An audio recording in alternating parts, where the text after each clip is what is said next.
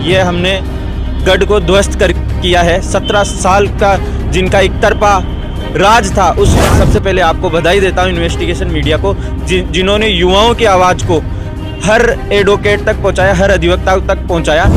मतदाताओं के वोटों से सुनील शर्मा जीतते रहे हैं, लेकिन वो एक तरफा मतदान होता था और पदाधिकारी चुनाव अधिकारी भी उन्हीं के होते थे।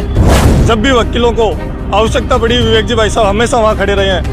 सबसे पहले तो मैं इन्वेस्टिगेशन न्यूज़ चैनल को बहुत बहुत धन्यवाद देता हूँ। यहाँ पहले फंड के नाम पे कुछ भी नहीं था, अब आज 60 लाख रुपए हैं। जब से विवेक जी ने उनके खिलाफ आवाज़ उठाई है, मैं कहूँगा कि इसका खुलासा भी करें। जब 17 साल से भाई डॉक्टर सुनील शर्मा जी थे, उनसे एक बार हिसाब तो मांगा जाए ना। हमारा वेलफेयर फंड आया, वो कहाँ गया, क्या हुआ। और मैं कहूँगा जितने भी पुरानी जो काम कर रहे हैं उनका सबका खुलासा हो। Finally the district bar association के चुनाव का परिणाम आ चुका है आज 20 दिसंबर को, और जिस तरह से हमें एक हवा और एक लहर देखने को मिली थी कि यहाँ के युवा अधिवक्ता परिवर्तन चाहते थे, क्योंकि 17 साल से लगातार द डिस्ट्रिक्ट बार एसोसिएशन पर सुनील शर्मा अध्यक्ष थे, और उसके बाद कुछ समय से गजराज सिंह राजावत महासचिव बने हैं। लेकिन आज परिवर्तन ऐसा हुआ कि ये कह सकते हैं कि आधा परिवर्तन हुआ और आधा नहीं हुआ, क्योंकि अध्यक्ष पद के लिए विवेक शर्मा की आज जीत हुई है, वहीं महासचिव पद पर गजराज सिंह रिपीट हो गए हैं। तो हमने कल कवरेज किया था और हमें काफ़ी जोश युवा मतदाताओं में मिला था, और इनका एक ही मकसद था कि इस बार सत्ता का परिवर्तन होना चाहिए। और कहीं ना कहीं होकर हमारे पास से एक ऐसे अधिवक्ता भी मौजूद हैं जिन्होंने भी हमसे साफ कहा था कि मठाधीशों का जो गढ़ है उसको ध्वस्त किया जाएगा, और वाकई मठाधीशों का गढ़ ध्वस्त कर दिया है और 17 साल की सत्ता को पलट कर रख दिया है राजधानी जयपुर के डिस्ट्रिक्ट बार एसोसिएशन के युवा अधिवक्ताओं ने। हम बात करेंगे, हमारे साथ एडवोकेट भानु प्रताप सिंह मेहरोलिया भी मौजूद हैं। हालांकि इन्होंने कल फर्जी वोटों का भी एक खुलासा किया था इन्वेस्टिगेशन मीडिया पर, हमने वो चलाया भी है, और किस तरह से इन्होंने सबका आकलन था कि परिवर्तन होगा, कि परिवर्तन हो गया है। अब हम इनसे बात करेंगे कि जिस अध्यक्ष को ये लोग चाहते थे वो अध्यक्ष सत्ता में आ गया है, विवेक शर्मा। अब विवेक शर्मा के लिए सबसे बड़ी एक चुनौती होगी कि उनका अध्यक्ष पद पर पहली बार वो जीते हैं, किस तरह से अपने कर्तव्यों का वो निर्वहन करेंगे, वो क्या करेंगे, उनसे बात करेंगे। लेकिन इनकी ओपिनियन इनसे जानते हैं हम।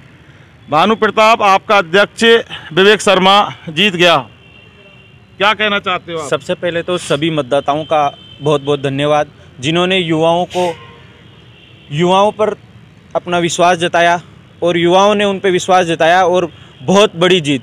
ये हमने गढ़ को ध्वस्त कर किया है। 17 साल का जिनका एक तरफा राज था, उस राज को ख़त्म करके परिवर्तन की ये लहर लेके आए हैं। मैं सबसे पहले आपको बधाई देता हूँ इन्वेस्टिगेशन मीडिया को, जिन्होंने युवाओं की आवाज़ को हर एडवोकेट तक पहुँचाया, हर अधिवक्ता तक पहुँचाया। जो अभी कुछ लंबे समय से आप जो हर व्यक्ति की, हर एडवोकेट की आवाज़ आप सभी तक पहुंचा रहे हैं, इसलिए मैं आपका बहुत बहुत धन्यवाद देता हूं। रही बात विवेक शर्मा जी की, संघर्षशील व्यक्ति है, काफ़ी समय से युवाओं के साथ है। ये जो गढ़ के मालिक थे, जिन्होंने 17 सालों से काबिज कर रखी थी, युवाओं ने उनको चेता दिया है कि अब युवाओं का राज स्टार्ट हो गया है। युवा परिवर्तन चाहते हैं, युवा जिसके साथ होंगे चुनाव वही जीतेगा, वही सत्ता पे काबिज होगा। भानु, आप कह रहे हो कि 17 साल से काबिज थे, यानी कि कोई राठौड़ी में कोई कब्जा तो नहीं था ना, बार पर बार के ऊपर कोई कब्जा इस तरह से नहीं था। लोकतंत्र के तहत चुनाव होते हैं और कहीं ना कहीं होकर आप लोगों ने ही उनको जिताया था, तो इस तरह से कब्जे वाली बात सटीक नहीं बैठती है, क्योंकि आप मतदाताओं के वोटों से डॉक्टर सुनील शर्मा जीतते रहे हैं। मतदाताओं के वोटों से सुनील शर्मा जीतते रहे हैं, लेकिन वो एक तरफा मतदान होता था, जिसमें पूंजीपति और सत्ता और सरकार में जिस प्रकार का उनका एनरोलमेंट होता था, और पदाधिकारी चुनाव अधिकारी भी उन्हीं के होते थे। चुनाव हमेशा लेट होते थे, चुनाव करवाने में आनाकानी होती थी। इस बार युवाओं ने आगे बढ़ के प्रदर्शन करके फिर चुनाव करवाएं और अपनी ताकत का हम उनके खिलाफ नहीं हैं, हम उनकी कार्य प्रणाली के खिलाफ हैं। युवा अधिवक्ताओं की जब तक पहुंच नहीं होगी, जब तक उनकी लोग उनसे कनेक्ट नहीं होंगे, तब तक ऐसा ही होता रहेगा, चाहे वो डिस्ट्रिक्ट हो, सेशन और हाई कोर्ट हो। चलो, आपके अध्यक्ष विवेक शर्मा बन गए हैं, उनके लिए काफ़ी चुनौती होंगी। आपका क्या संदेश है कि किस तरह से मतदाताओं के लिए, वकीलों के लिए विवेक शर्मा किस तरह का एक कार्य करेंगे जो वकीलों के हित में होगा? क्या क्या उनकी रणनीति हैं और क्या क्या उनके प्लान हैं? क्योंकि कुछ ना कुछ सोच के वो अध्यक्ष पद के दावेदार हुए हैं, तो किस तरह से वो निर्वहन करेंगे? विवेक जी भाई साहब बहुत संघर्षशील व्यक्ति है, युवा है और जोशीले हैं। उनका हम पे पूरा विश्वास है और उन्हें हम पे पूरा विश्वास है। मैं उनसे निवेदन करूंगा कि एडवोकेट प्रोटेक्शन एक्ट को जल्द से जल्द लागू करवाने में सरकार के खिलाफ अभी जो बजट होगा उसमें हम सरकार से भी निवेदन करेंगे और विवेक जी भाई साहब के साथ नेतृत्व में हम प्रदर्शन करके सरकार से आह्वान करके एडवोकेट प्रोटेक्शन एक्ट की मांग करते हैं। यानी कि एक्टिविटीज़ लगातार जारी रहेंगे, सरकार से प्रदर्शन भी करेंगे अपने अधिकारों के लिए, एडवोकेट प्रोटेक्शन एक्ट के लिए, और युवा वकीलों की जो स्थायी फंड की प्रॉब्लम है उसको सॉल्यूशन करने के लिए। हमारे साथ अभी एक और युवा अधिवक्ता मौजूद हैं, एडवोकेट दिलीप सिंह। इनसे भी बात करेंगे क्योंकि इन्होंने भी काफ़ी ज़ोर शोर से प्रचार किया था विवेक शर्मा का। तो विवेक शर्मा आपके जीत गए एडवोकेट दिलीप सिंह। सबसे पहले तो मैं सभी जीते हुए प्रत्याशियों को बधाई देता हूं और साथ ही सभी मतदाताओं का आभार व्यक्त करता हूं जिन्होंने युवा जोश, युवा शक्ति एडवोकेट विवेक जी भाई साहब पर विश्वास जताया। एडवोकेट विवेक जी भाई साहब हर समय युवाओं के लिए और वकील एकता के लिए, वकीलों के लिए, वकीलों के सम्मान के लिए लड़ाई लड़ी है। जब भी वकीलों को आवश्यकता पड़ी विवेक जी भाई साहब हमेशा वहाँ खड़े रहे हैं।